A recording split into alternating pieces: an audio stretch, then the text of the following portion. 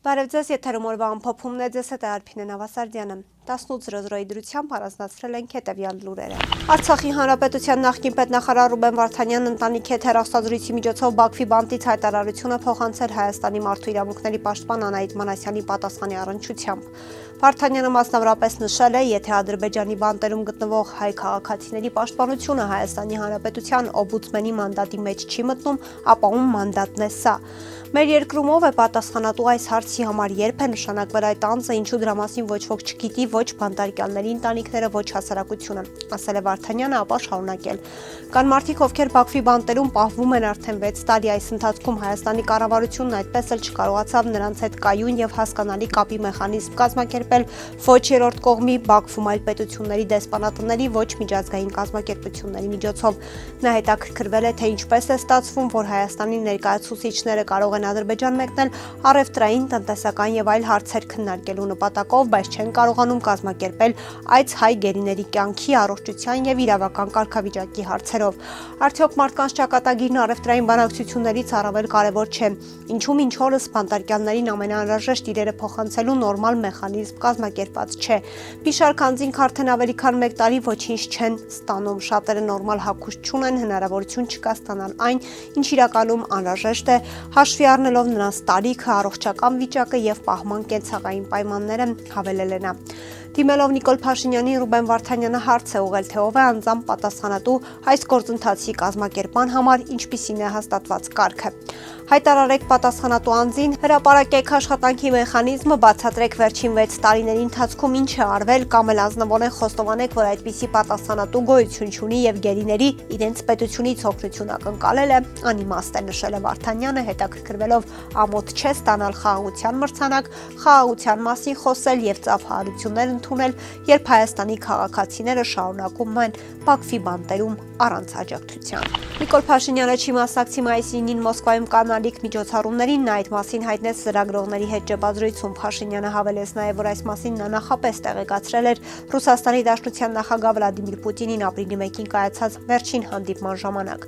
Ռուսաստանի Դաշնություն կատարած իմ այցի ընթացքում ապրիլի նախագահին տեղեկացրել եմ, որ քարոզարշավի բերումով չեմ կարող մասնակցել մայիսի 9 շքերթին, ասաց նա։ Նիկոլ Փաշինյանը նաև հայտնել էր, որ Հանրապետության օրը մայիսի 28-ին Հանրապետության հրապարակում կցուցադրվի Ֆրանսիայից ստացած զենքը։ Ինչի պատմեմ, ցույց տամ, հուսով եմ մայիսի 28-ին Երևանում կլինեք, տեղ գնացած չեք լինի, տեսախցիկները փչացած չեն լինի, հոսանք անջատված չի լինի, առինջում մեծ ու կարևոր միջոցառում չի լինի, կգաք, կտեսնեք, ասաց նա, պատասխանելով այն հարցին, թե ինչ էական բան է արել Ֆրանսիայի նախագահ Էմանուել Մակրոնը Հայաստանի համար։ Այսօր մամուլի ասուլիս է տվել Ուժեղ Հայաստան կուսակցության առաջնորդ տնային կալանքի տակ գտնվող Սամվել Կարապետյանը։ Վերջինս հայտնել է, որ իր տեղեկություններով Նիկոլ Փաշինյանը նախորդ տարի Չինաստանում հալյուցինացիաներ առաջացնող սունկ է կերել, որից շուրջ 1 տոննա իր հետ բերել է Հայաստան։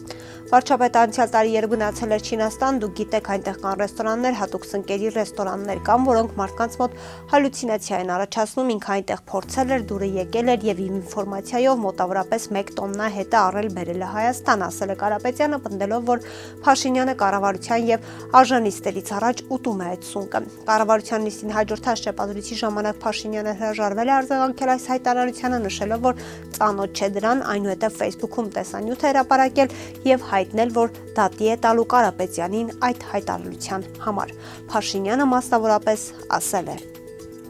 Ինձ ցույց տվեցին կալուգացի օլիգարխի տխմար հայտարարությունը մի տոննա հալյուցինացիա առաջացնող սնկերի վերաբերյալ։ Բնականաբար դատի եմ տալու կալուգացի օլիգարխին եւ բառիս իրավական իմաստով մի տոննա հալյուցինացիա առաջացնող սունկ եմ կերցնելու կալուգացի օլիգարխին։ Կներեք կոշտ բառապաշարիս համար, բայց ի վերջո ամեն ինչ չափ ու սահման ունի։ Ամենայն հայոց կաթողիկոս Գարեգին երկրորդի եղբայրը Գևորգ Ներսիսյանն ու եղբորորդին Համբարձում Ներսիսյանն ազատվեցին տնային կալանքից։ Այսօր Արմավիրի մարզի առաջին ատյանի ընդհանուր իրավասության դատարանը Գևորգ Մանուկյանի նախագահությամբ որոշում կայացրեց փոխել նրանց խափանման միջոցն ու կիրառել վարչական հսկողություն։ Դատարանը գտավ, որ էապես նվազել են ազատության մեջ գտնվելու դեպքում նրանց ոչ պատշաճ վարքագիծ դրսևորելու ռիսկերը։ Հանրային մեղադրողը շարունակում էր պնդել խափանման միջոցի փոփոխության հիմքեր չկան։ Նա միջնորդություն էր ներկայացրել եւս 3 ամիս ժամկետով երկարաձգել Գևորգ եւ Համբարձում Ներսիսյանների նկատմամբ կիրառված տնային կալանքը։ Հիշեցնենք, վեհապարի եղբայրը Գևորգ Ներսիսյանն ու նրա որդին Համբարձում Ներսիսյանը ձերբակալվել էին 2025 թվականի նոյեմբերի 2-ին, նրանց մեղադրում են խուլիգանության եւ քարոզչությունը խոչընդոտելու մեջ։ Վերջիններից դեմ հաղորդում էր ներկայացրել Հանրապետություն կուսակցության Վաղարշապատի համայնքապետի թեկնածու Հարություն Մկրտչյանը։ Գևորգ եւ Համբարձում Ներսիսյանները կալանավորվեցին նոյեմբերի 3-ին, նոյեմբերի 29-ին նրանց կալանքը երկարաձգվեց 3 ամսով։ 2026 թվականի փետրվարի 17-ին դատարանը բավարարեց կալանքն այլընտրանքային խափանման միջոցներով փոխարինելու միջնորդությունը եւ կիրառեց տնային կալանք 3 ամիս ժամկետով գրավ 1 միլիոն դրամի չափով եւ բացակայելու արգելք։ Վեդիում տեղի ունեցած եւ ողջ հանրապետությունը ցնցած մանկապղծության գործով պայմանավորված հրաժարական են տվել Արարատի մարզի դատախազը, քրեական ոստիկանության պետն ու քննչական բաժնի պետը Դվեդի ոստիկանապետը։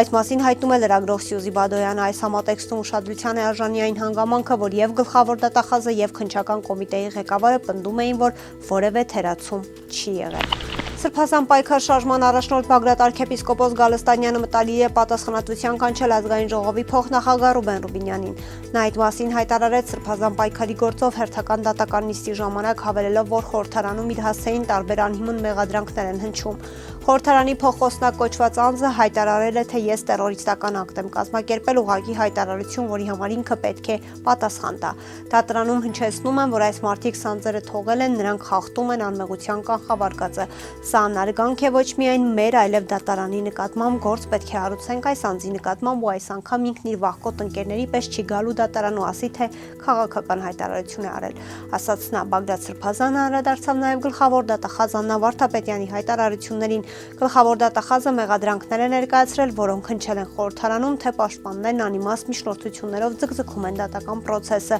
Հիմա հարց ունեմ ձեզ, դիմում են իստը նախագահ, չէ, էսի պես չի, հիմա հարց ունեմ ձեզ, մենք ենք դատական պրոցեսը ձգձգում։ Սա նաև վիրավորանք է դատարանի հասցեին, թե իբր դուք անիմաստ միջնորդությունների տեղ եք տալիս, ընդգծեց Սրբազանը։ Բագրատ Սրբազանը կալանքի տակ է գտնվում 2025 թվականի հունիսի 25-ից, այս ընթացքում նրա կալանքը 2 անգամ երկարաձգվել է 3 ամսով, իսկ արդեն ապրիլի 23-ին 2 ամսով։ Ռուսաստանի Դաշնության արտաքին գործերի նախարարության պաշտոնական ներկայացուցիչ Մարիա Զախարովան հայտարարել է, թե Ալեն Սիմոնյանը նախանձում է Բելարուսին։ Կարծում եմ Ալեն Սիմոնյանը նախանձում է այն արդյունքներին, որոնց Բելարուսը հասել է, որոնց չի հասել իր երկիրը իր թիմի ղեկավարությամբ։ Դա նախանդից է։ Ցանկանում եք ստուգել իմ խոսքերը, ուղղակի այցելեք Բելարուս։ Ալեն Սիմոնյանը նույնքան հեռու է լուսնից, որքան Բելարուսի տնտեսական, արդյունաբերական, արտադրական եւ գյուղատնտեսական հաջողություններից, ասել է նա արձագանքելով Սիմոնյանի այն պնդմանը, թե Բելարուսը դարձել է Ռուսաստանի ծայրագավառը։ Ավելի վաղ Ալեն Սիմոնյանը հայտարարել էր, որ Հայաստանը չպետք է կառավարվի այնպես, ինչպես Բելարուսը։ Դրանից հետո Բելարուսի ԱԳՆ-ն բողոք էր հայտնել Երևանին հայկական կողմի ոչ բարեկամական գործողությունների կապակցությամբ։ Բելարուսական կողմը հայտարարել էր, թե Սիմոնյանի հայտարարությունները Բելարուսի մասին նախընտրական պոպուլիզմ են եւ Հայաստանի ներքին խնդիրներից հասարակության ուշադրությունը շեղելու փորձ։ Հայաստանը ծայրագավառ չի լինելու, Հայաստանը քաղաքական կախվածության մեջ չի լինելու, Հայաստանն իր ինքնիշխանության մակարդակը բարձրացնելու է։ Բելարուսի կառավարման օրինակն իմ երկրի համար եւ ինձ համար անընդունելի է։ Հայաստանն ազատ երկիր է, իր ազատ մեդիաներով, մարդու իրավունքներով, օրենքի գերակայությամբ, հայտարարել էր Ալեն Սիմոնյանը։ Մայիսի 5-ին ավտովթարը տեղի ունեցել Արարատի մարզում ժամը 8:00-ի սահմաններում Երևան-Մեղրի ավտոճանապարհին ժողովրդին հայտնի Վեդիի կամրջի մոտ խփել են Nissan Sentra Մակնիշի եւ Lada Մակնիշի ավտոմեքենաների, ինչպես հայտնում է ֆոտոլրագրող Գագիկ Շամշյանը, վթարի հետևանքով 1 հոգի մարմնական վնասվածքներով տեղափոխվել է Վեդի բժշկական կենտրոն։ Վթարի փաստով Վեդիի քննչական բաժնում նախաձեռնվել է քրեական վարույթ, որտեղ էլ պարզում են վարորդների եւ վիրավորների ինքնություն։ Կհանդիպենք վաղը, առողջ եղեք։